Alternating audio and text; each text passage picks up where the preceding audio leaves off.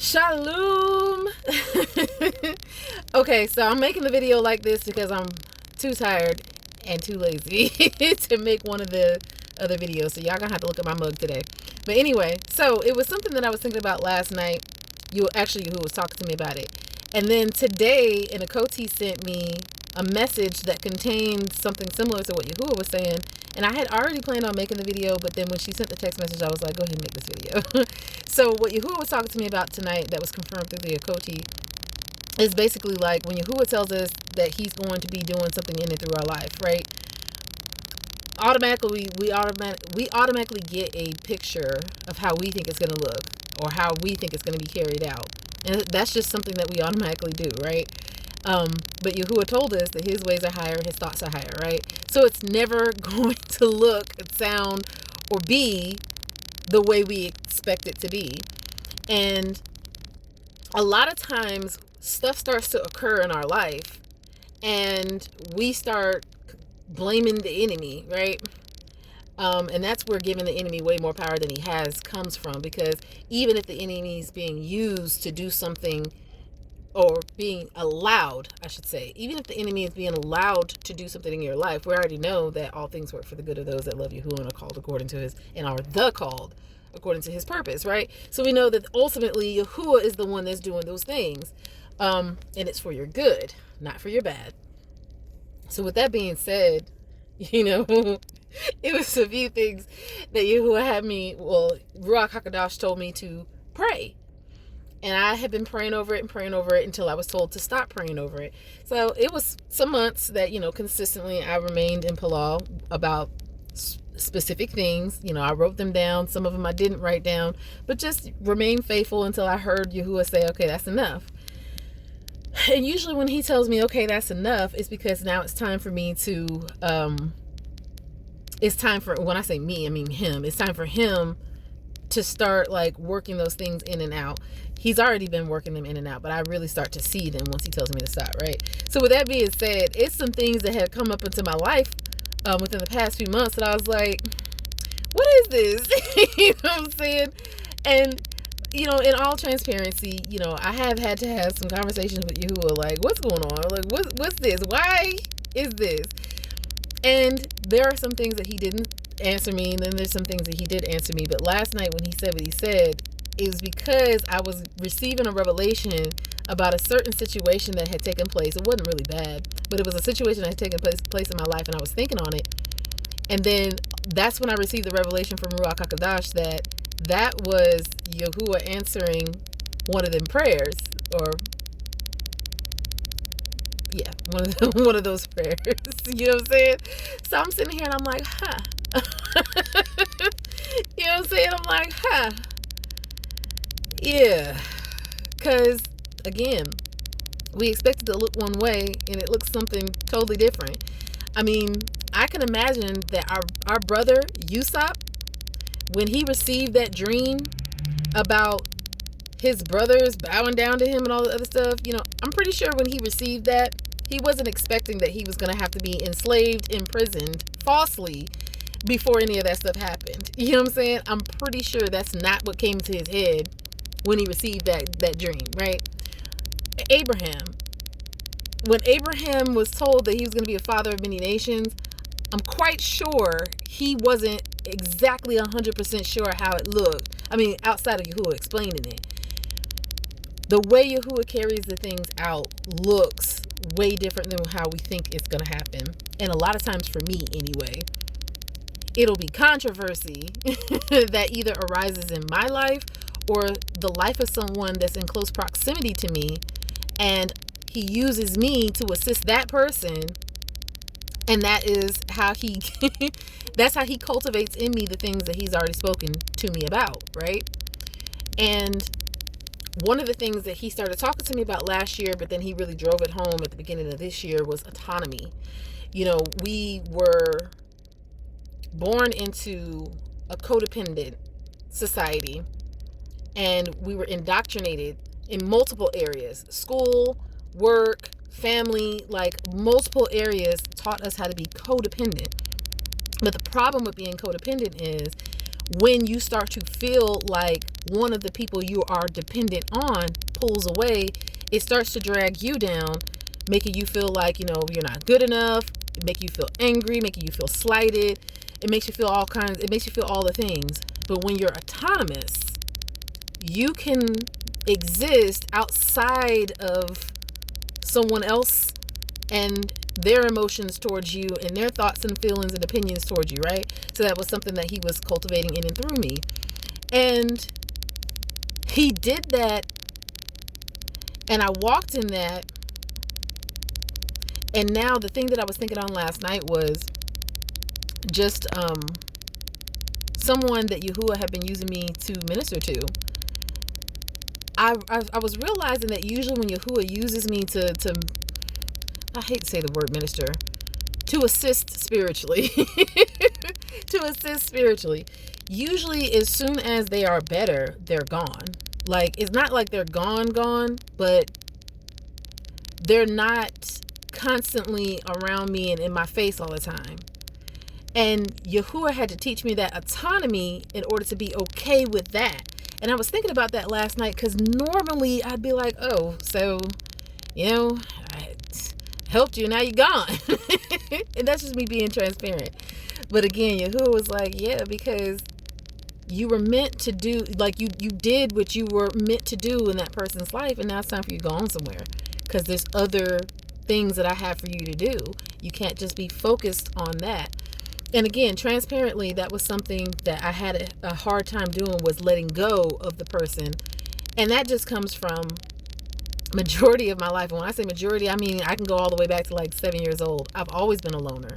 I've always been that person that walked alone. Not because people didn't like me, but I can't even tell you what it is about me. But I do know that people would always come to me with their problems and their issues, and then they would leave. I wasn't popular, but I wasn't unpopular.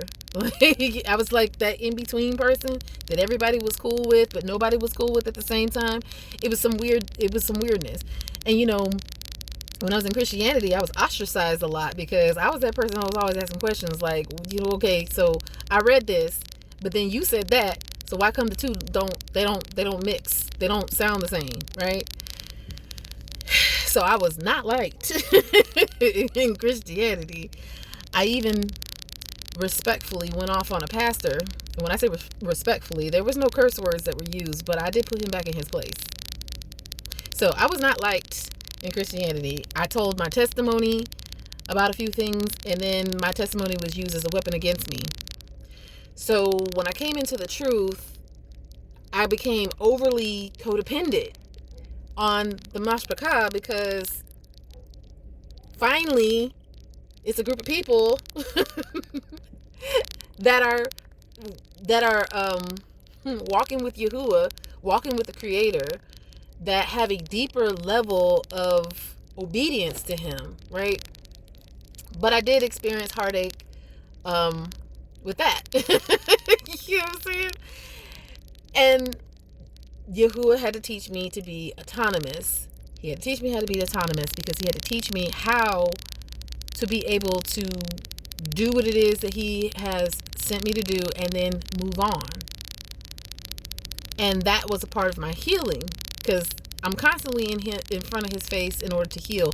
And the only reason why I'm even talking to you guys about this, because I feel like sometimes when I'm on here talking, it always leads back to me and the things I got going on. But I mean, I can only testify the things I got going on. I can't tell you somebody else's testimony. So I apologize. You got to hear about me all the time. My email is open if you want something about you and your testimony. By all means, I would love to hear about anything that you have going on in my email if you feel led to share it. But yeah, my testimony is just, it's just meant to encourage, if Yahuah's been talking to you about stuff, if you've been praying to him about stuff, just understand he's going to do what he's going to do according to his will, in his timing, in his way. Trust him and trust that he knows what he's doing, and he's going to get the thing done the way it's supposed to be. Just trust that, okay? Because you're going to get frustrated if you're expecting one thing and you're seeing something else. Then you're going to start going, why? Why is this? And why is that? Believe me, because that's what I was doing for a minute. And if you want to ask him why, it's okay. Our Father is gracious. He understands that we don't understand, so we're asking why in order to gain that understanding. But from me asking why, that's why I have this understanding now. I'm going to do things the way I'm going to do them is basically what he's been showing me. And it's one of those things that it's like a duh type thing, but the more I walk with Yahuah, the more I realize there's a lot of things that we know, but we don't know. You know what I'm saying? Like we know it, but it's not been cultivated into us to where we fully recognize it when it's going on, if that makes any sense. And that's this is one of those things. We know he knows better than we do. We know that he's the Father, he's the sovereign, he's over us, but we still seem to expect things the way we expect things. And he knows that that's what's going to happen. So I just want to give y'all Yahuah praise. I can't speak anymore. I just want to give Yahuah praise. And encourage my mashpachah that might be watching this, because, man, just understand, Yahuah knows what he's doing. Trust that he knows what he's doing. And now I'm on the other side of this, and I keep giggling. But if you had seen me a week or two ago, you've been like, dang, she going through it. Yeah, I was. But I was also seeking Yahuah. I was also crying out to Yahuah. And that's the part of the relationship with him that not too many people talk about. You know, the times where you're crying on your pillow at night, talking to him.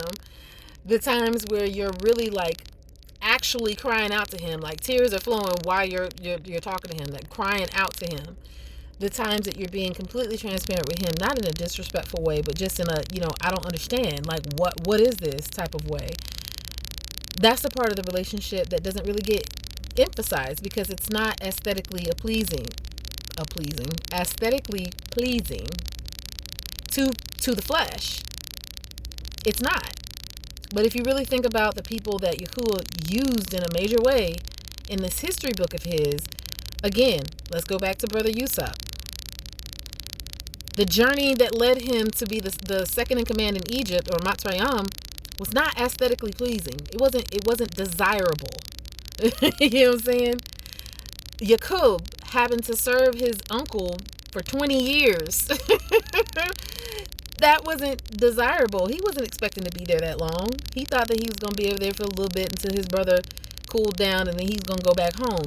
But 20 years later, Masha, he was out there with his father-in-law and his wife for 40 years before he got sent back. You know what I'm saying? Then he got sent back and had to go through what he went through with Pharaoh. And then he had to take himself, his family, and the rest of the Israelites into the wilderness. 40 years. You know what I'm saying? Not desirable. Job lost everything, including his children. And his wife was acting up. And his friends was speaking all kinds of wrong things to him. And he had to go through that. And I can't remember if it said how long he went through that or not. But he had to go through that. And then came out on the other side and had twice as much as he had before. But that don't look desirable. Eliyahu, Elijah, being fed by the brook by ravens during a famine. If he was by the brook, 9 times out of 10, he was homeless. Now, it doesn't say he had a shelter. He could have had a shelter. I don't know. But his situation wasn't desirable. But he was used in a mighty way. Yehukanan the Immerser. This man was wearing camel's hair and eating bugs and honey. He was just going, locusts, bugs and honey. You know what I'm saying? In the wilderness. That don't look desirable. But what do Yahusha say about him? There was no other man born to a woman that's more honorable than Yehukanan the Immerser. You know what I'm saying? So, Yahuah is the same yesterday, today, and forever. He doesn't change. So the way he teaches his children, the way he raises up his children doesn't change either. You know what I'm saying? So I just wanted to say that to encourage people. You know, it might look bad. it really might look bad. But if you truly are walking with Yahuah, if you have truly dedicated your life to Yahuah through his son Yahusha, received of his Ruach, and you want nothing more than his will to be done on earth as it is in the Shamayam, in and through your life, then understand that whatever it is that you got going on, Yahuah is in control of it, and it's going to work out for your good and for his will to be done. He's not punishing his children, his obedient children. The only one his wrath falls upon are the ones that ain't walking with him, that aren't obeying him. So just be encouraged, y'all. Just be encouraged. Be encouraged, all right?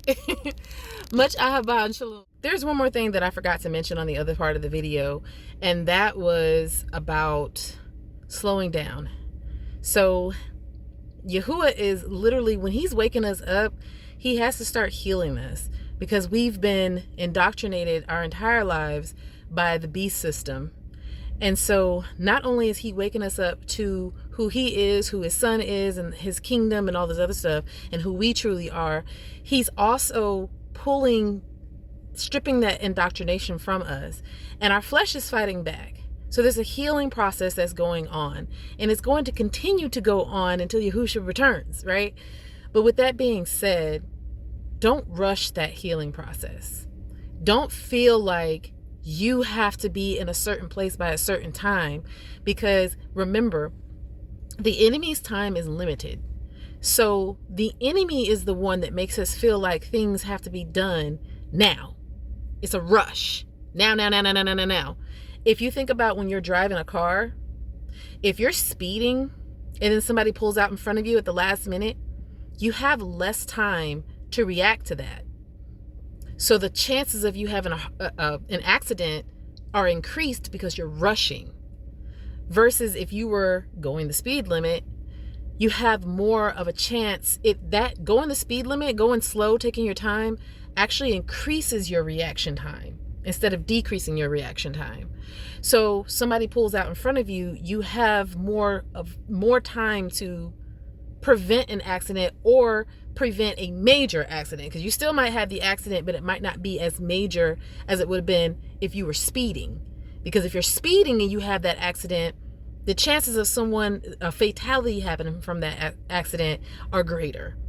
Also, when you're speeding down the road and you're looking out your windows, it makes it harder for you to really see what's around you, because everything is whirring past you, right?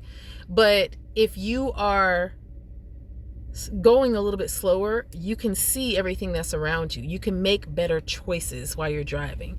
And that's basically what Yahuah is teaching us to do. Slow down so we can make better choices, so we can really assess our surroundings and the things that's going on and focus on what he's teaching us. For instance, if he says something, and I'm going to go back to the history book, when he told Yusop, when he gave Yusop that dream, he didn't explain to Yusop how he was going to get him to that place where he was going to do that in and through Yusop. He didn't do that. What Yahuah did was he told Yusop the outcome, and then he started cultivating Yusop and preparing him and moving him towards that, right? It takes time to get there. Yahuah has to Yahuah moves in Yahuah's timing, because Yahuah exists outside of time. Eternity is the absence of time. Revelation 10:6 says that time will be destroyed during that time, right? Ironically, during that time. Go read Revelation 10:6.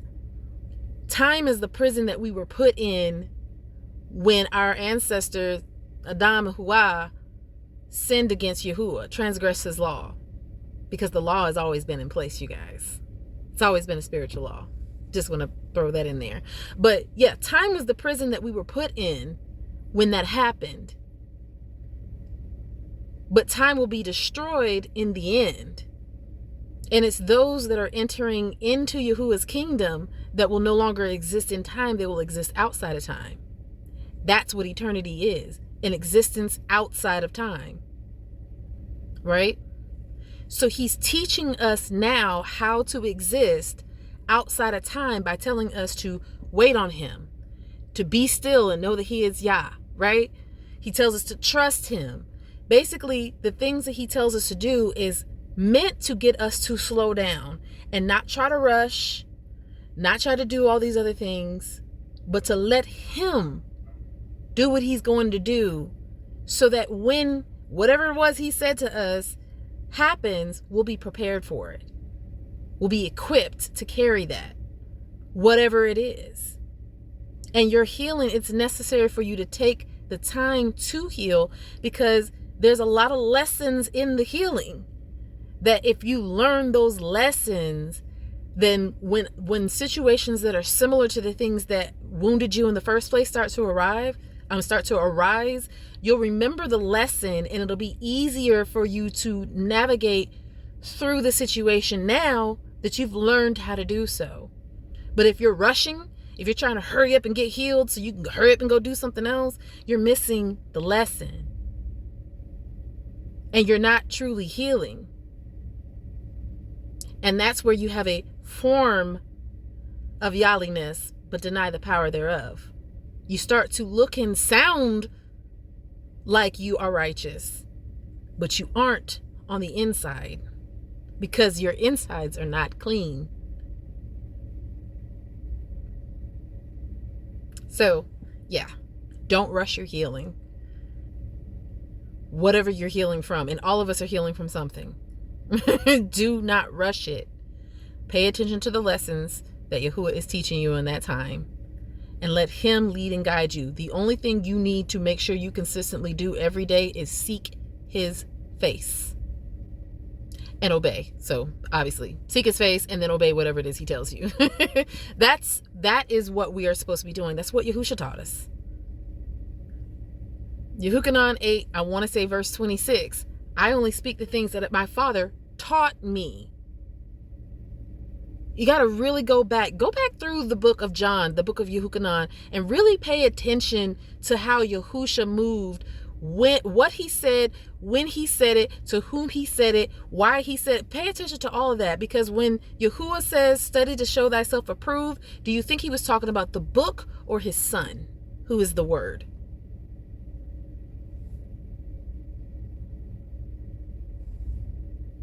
All right. Shalom for real this time.